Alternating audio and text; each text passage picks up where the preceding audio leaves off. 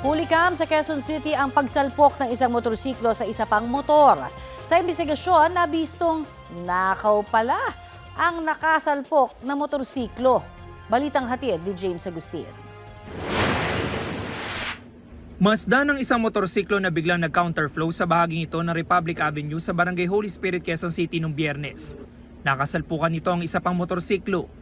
Sa lakas ng impact, tumilapon ng mga sakay. Ayon sa District Traffic Enforcement Unit ng QCPD, isinugod sa ospital ang magkaangkas na nabangga na nag-counterflow ng motorsiklo matapos sila magtamo ng mga sugat. Nadiskubre ng mga otoridad na ang minamanehong motorsiklo na nakabanggang rider, nakaw pala. Nagkakanda kami ng backtracking follow-up operation kasama yung biktima.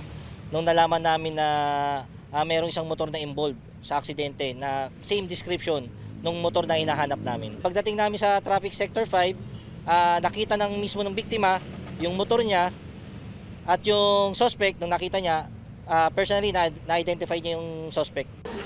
Inaresto ang 37 anyos sa lalaking rider na nagtamo ng mga gasgas sa mukha, siko at paa. Sa investigasyon ng pulisya, siya umano makikita sa CCTV footage na naglalakad sa bahaging ito ng Barangay Commonwealth madaling araw ng Biyernes. Nilapitan niya ang isang nakaparadang motorsiklo sa labas ng bahay. Dahan-dahan itong itinulak tsaka sinakyan papali sa lugar.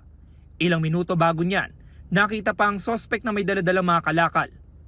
Kinaumagahan na nadiskubre na may-ari na nawawala ang kanyang motorsiklo.